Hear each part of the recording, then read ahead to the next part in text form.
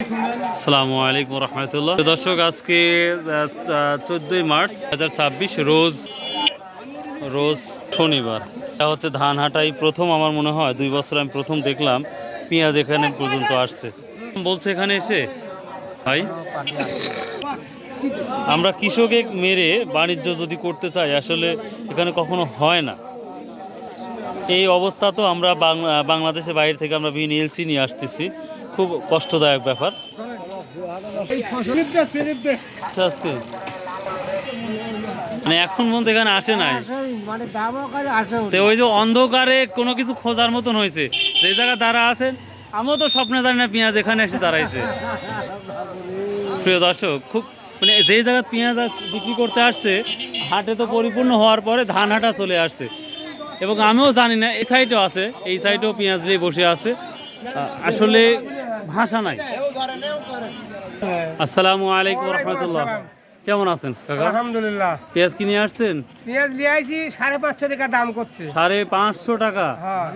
মানে খরচ তো দূরে থাকে। বাবু খরচ আবার ভ্যানালার টাকা দিচ্ছেন, ভ্যান ভাড়ার টাকা দিচ্ছেন, কাটা বুয়া দিয়া এখন আমার যাই হচ্ছে কিছুই হচ্ছে না।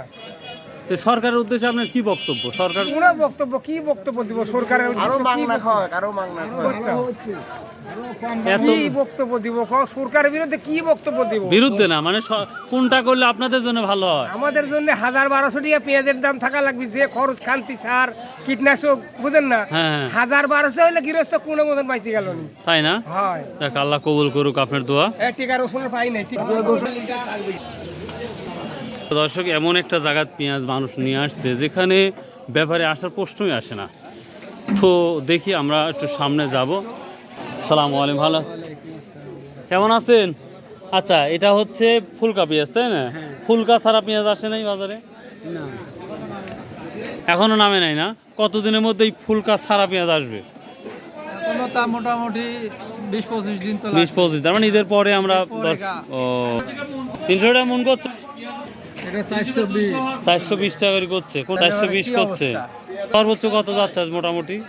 600 দেখলাম ভিতরে বলিচ্ছে। 600 বাজার হুটার দুই একটা 500 হলে বাজার। 500 বাজার না? রোজার দিনে জামাই হাটা চালাচ্ছেন, কেস করবো কিন্তু। ভালো আছেন? আর ভালো টালো ভালো, আল্লাহ শুকরিয়া আদায় করেন, তারপর যা হোক আলহামদুলিল্লাহ। এই তো কি দাম বলতেছে? 500, 450। 500, 450। এক মন পেঁয়াজ তো কামলা কি দেওয়া লাগতেছে? 700 কি 700-র উপর দাম টাম শুনছেন যে 700? 700, 600 পর্যন্ত।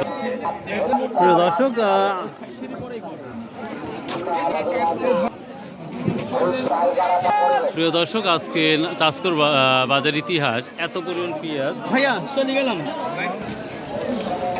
আমি অনেক জিজ্ঞাসা করেছি, আর আমি জিজ্ঞাসা করব না, কারণ যে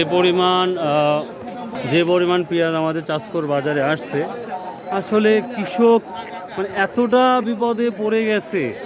আল্লাহ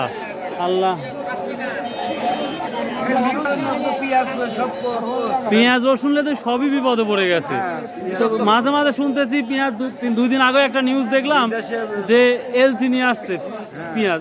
এই মুহূর্তে আমার বাংলাদেশের কৃষকই মারা যাচ্ছে, কৃষক তো খুব বিপদে আছে। আবার এই মুহূর্তে এলচি যদি আসে, তাহলে দেশ থাকবে কোথায়?